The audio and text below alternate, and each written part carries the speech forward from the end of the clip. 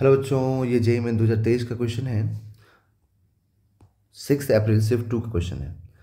Okay, सो चलिए start करते हैं इसको हम लोग। इलेक्ट्रोस्टैटिक का क्वेश्चन है और ये बहुत ही शानदार क्वेश्चन है और सॉल्यूशन भी आपको बहुत शानदार मिलेगा, जो आपको एक एक पॉइंट समझ में आएगा अगर आप पेशेंस रख के देखते हैं तो। क्योंकि बच्चों इसमें ये जो क्वेश्चन है ना थोड़ा लेंदी है, तो थोड़ा टाइम तो लगेगा एक्सप्लेन करने में। खुद को सॉल्व करना होता है, अपने लिए सॉल्व करना होता है एग्जाम हॉल में, तो बहुत टाइम नहीं लगता है ना।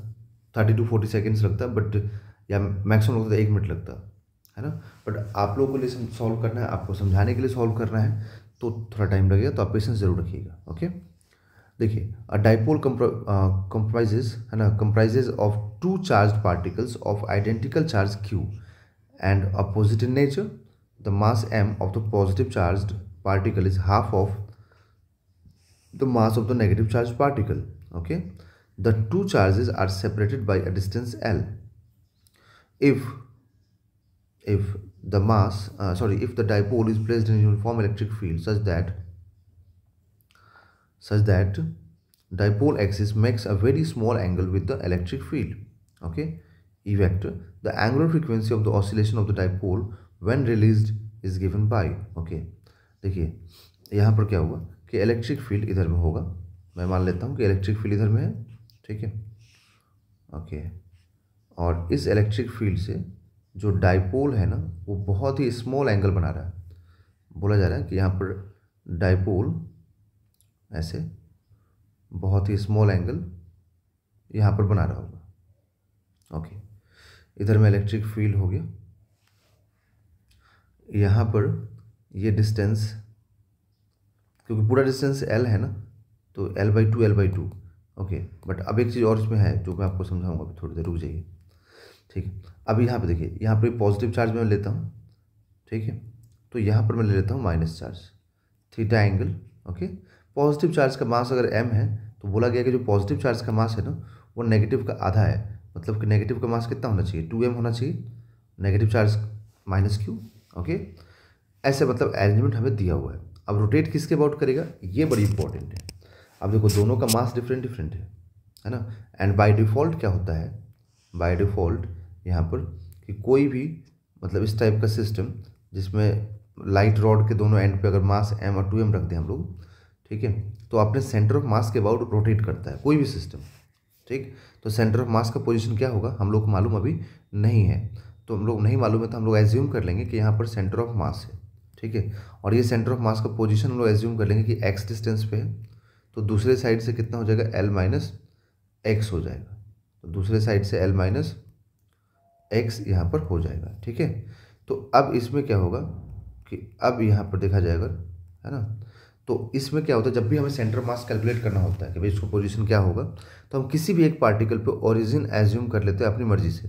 हम चाहें तो 2m वाले पे भी कंसिडर कर सकते हैं, हम चाहें तो इधर भी कर सकते हैं, ठीक है। रिजल्ट सेम आने वाला है, ठीक है। तो अब अगर ऐसा एज्यूम करेंगे, है ना, तो हम लोग ये लेंगे कि x इज इक्वल टू, क्योंकि मैं यहाँ से देख रहा हूँ, ओरिजिन मैंने 2m पे लिया ना, तो मैं यहाँ से सेंटर ऑफ मास का पोजीशन देखना चाह रहा हूँ। दैट मीन्स कि मैं क्या लिखूँगा कि यहाँ फॉर्मूला ये होता है m1x1 plus m2x2 by m1 plus m2। तो m1 मतलब 2m, तो 2m ओरिजिन से कितने डिस्टेंस पे, तो 2m पे ही तो मैंने ओरिजिन सेट किया ना, तो ये तो 0 डिस्टेंस पे हो गया।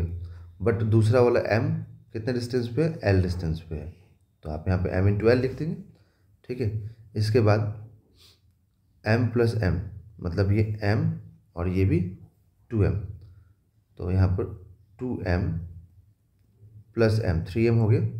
तो यहाँ पे x इज इक्वल टू क्या लिखेंगे हम लोग, तो x इज इक्वल टू लिखेंगे हम लोग ml/3m, दैट इज l/3, ठीक है ना। तो यहाँ पर l/3 डिस्टेंस आ गया।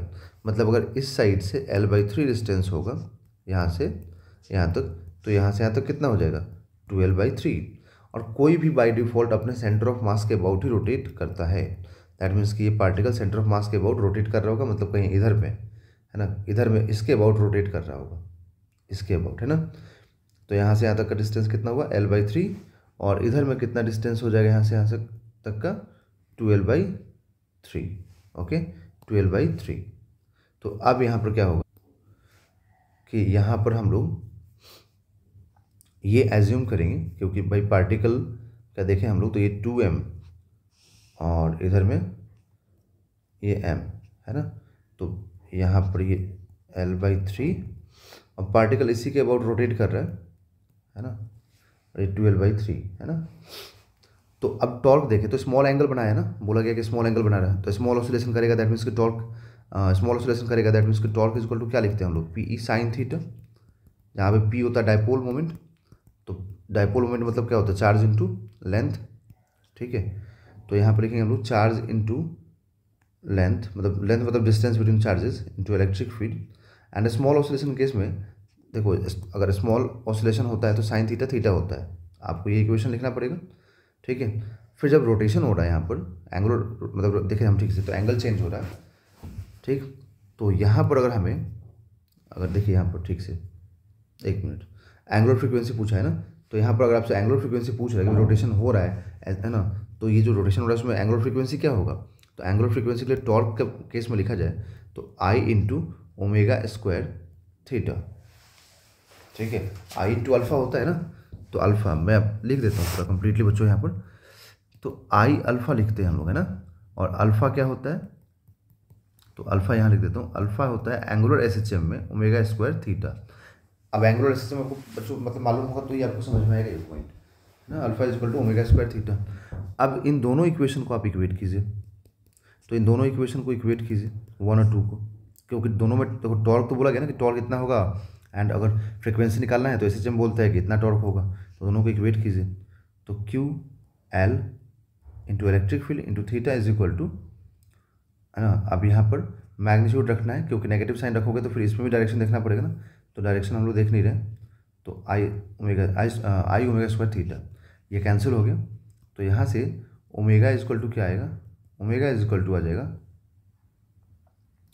Charge into electric field into L by I, that is moment of inertia. अब सिस्टम का मोमेंट ऑफ इनर्शिया निकालना है, ठीक है, तो जिसके अबाउट रोटेट करेगा उसी के अबाउट निकालेंगे ना, तो सिस्टम का मोमेंट ऑफ इनर्शिया निकालोगे तो 2m मास एक्सिस से कितने डिस्टेंस पे है, L/3, जबकि m मास कितने डिस्टेंस पे है, तो ये 2L/3 डिस्टेंस पे है, ठीक है। आप देखिए L/3 और 2L/3 डिस्टेंस पे है, ओके। तो यहाँ पे आप इसको सॉल्व कीजिए, तो 2 into m into l square by 9 plus 4ml square by 9, ठीक है। तो ये कितना आ जाएगा, I इज इक्वल टू आ जाएगा यहाँ पर 6ml स्क्वायर बाई 9, मतलब यहाँ पे आएगा 2 से कैंसिल कर दे तो 2ml स्क्वायर बाई 3, तो मोमेंट ऑफ इनर्शिया मालूम हो गया। अब इसी चीज़ को उठा करके ओमेगा के अंदर पुट कर दीजिए, तो ओमेगा के अंदर पुट करेंगे अब, तो Q into E into L by 2ml square by 3, okay. तो यहाँ से ये एक L से L कैंसिल होगा, तो ओमेगा इज इक्वल टू अभी 3 यहाँ आ जाएगा, तो 3 into Q into E by 2ml, ठीक है। तो 3√3 बाई 2ml है ना।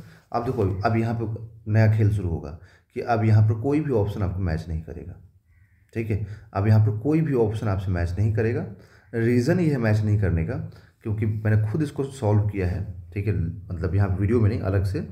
यहाँ पर ऑप्शन जो है ना मैच करता है, कौन सा ऑप्शन मैच करता है, थर्ड वाला। कब मैच करेगा, जब आप इसके सेंटर ऑफ मास के अबाउट नहीं ले करके आप इसके मिड पॉइंट के अबाउट अगर लेते हैं L/2 करके, ठीक है, तब मैच करेगा। बट बच्चों मुझे एक चीज़ बताओ कि मैं सेंटर के अबाउट क्यों लूँगा, मिड पॉइंट मतलब मिड पॉइंट के अबाउट में क्यों लूँगा। जब मिड पॉइंट के अबाउट तब लेता है ना जब सेंटर ऑफ मास यहाँ पर लाई करता है ना, और सेंटर ऑफ मास यहाँ पे मिड पॉइंट पे लाई कब करेगा एग्जैक्टली, जब ये दोनों का मास सेम होता, ठीक है। तो दोनों का मास यहाँ पर सेम है नहीं, इसलिए मिड पॉइंट हम नहीं ले सकते हैं। तो मिड पॉइंट नहीं लेंगे तो सेंटर ऑफ मास लेना पड़ेगा, और सेंटर ऑफ मास लोगे तो फिर यही फॉर्मूला आएगा, मतलब ये रिजल्ट आएगा, omega is equal to √3QE by 2ml, है ना। तो रिजल्ट यही आएगा। अब यहाँ पर तो है नहीं दिया हुआ, ठीक है, तो इसमें कोई भी ऑप्शन मैच नहीं करेगा, ओके। तो आई होप आप लोगों को समझ में आ गया होगा, ठीक है। फिर भी अगर आपको कोई कन्फ्यूज़न लगे तो आप कमेंट जरूर करें, ओके। बट कमेंट में बच्चों है ना रॉन्ग आंसर डायरेक्ट मत लिखें, पहले आप अच्छे से रिसर्च करें इसके बारे में, ओके, कि क्या आंसर सही है, क्या मेथड सही है, okay. Okay, thank you everyone.